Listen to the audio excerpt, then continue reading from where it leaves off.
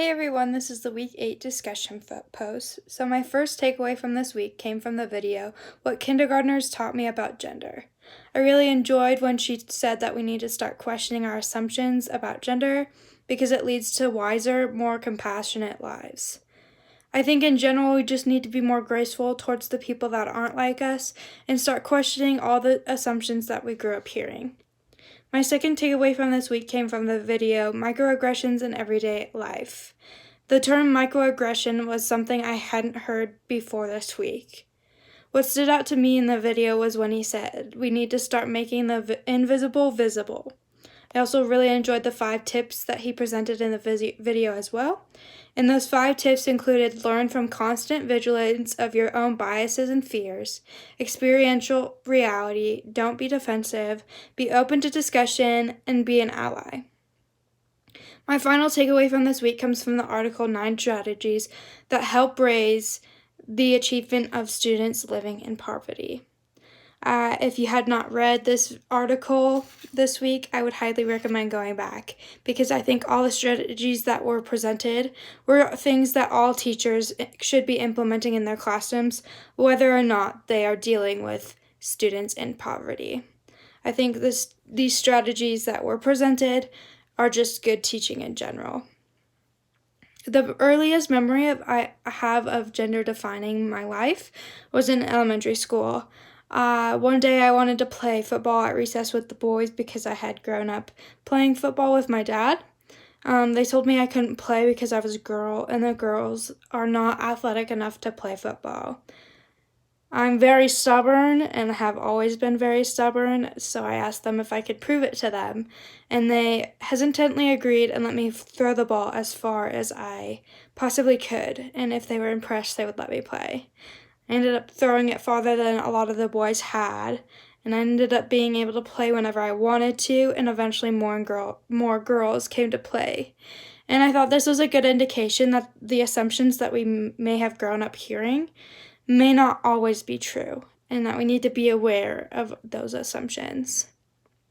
Growing up, some gender norms I heard were the occasional you need to act like a lady or sit like a lady and so on, or that pink is a girl's color and a blue is a boy's color.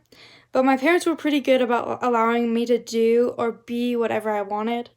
Looking back at it now and how traditional my parents are in other aspects of our lives, I commend them for allowing me and my siblings to do as we pleased. My dad wanted us girls to be tough, which is different than the gender norms that you usually hear about. And these norms that I grew up hearing made sense to me because my gender doesn't limit what I can do, so I shouldn't be placed in a set of norms that do. The students that didn't fit into the expectations about gender were oftentimes bullied by other students, and the adults or teachers were not usually around when this was happening, so they really didn't do anything.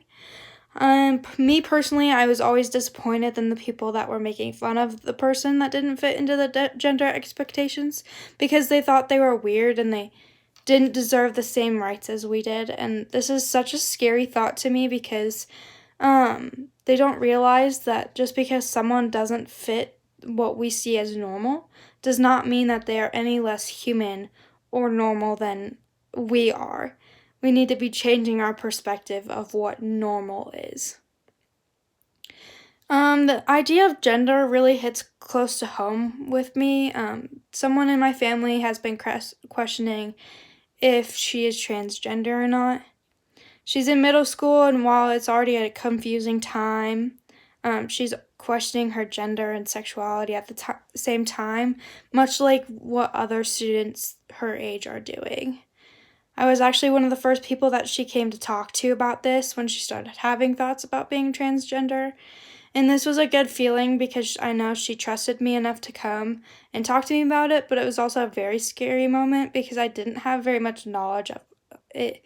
It was a lot to take in actually because I've always known her as a girl my entire life, and it's a weird feeling to know that she wants to transition into a boy, and I just realized the best thing I could do for her was tell her I was going to be there no matter what she decided on doing, and I wasn't going to tell anyone else until she was ready to tell people herself.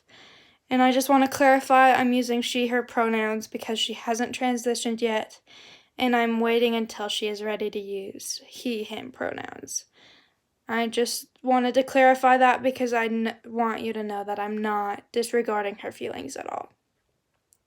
I think that in this day and age, gender will influence my classroom a lot, especially in middle school, which is ideally what I want to teach.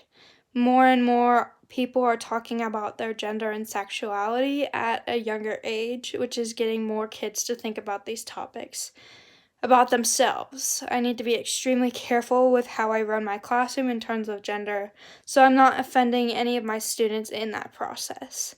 One way is to use gender inclusive terms when doing activities or lining up. And so instead of separating them into boys and girls, you could do it in terms of their color of their shirt that they're wearing or something else along those lines. This could be hard for me at first because I'm used to the genders, boys and girls. But I think in order for me to create a positive and trusting environment that I want with all my students, I need to make inclusivity one of my top priorities.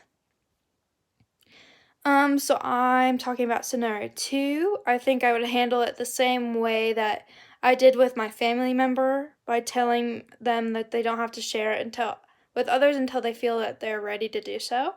I would make it clear that whenever they were ready to tell others, I would be there to support them in whatever way they needed me to, and if students were bullying them, I'd have a class discussion about how gender norms we grew up with may not necessarily be correct.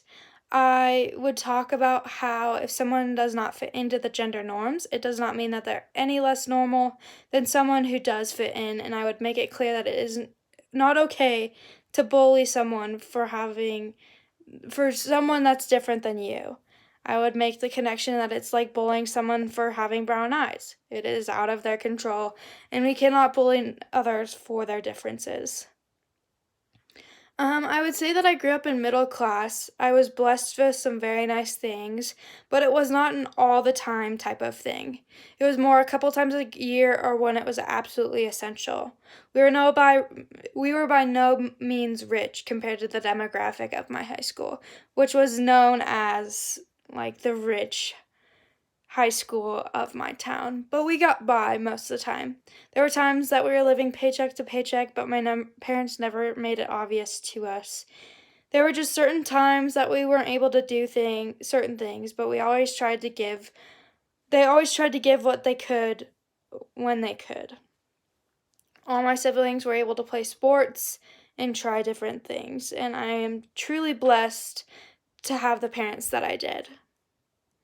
I was also extremely blessed with my schooling opportunities. While my school may not be the best in some aspects of my schooling, for example, my general classes, there were definitely some teachers that just didn't care. But I was given ample opportunities.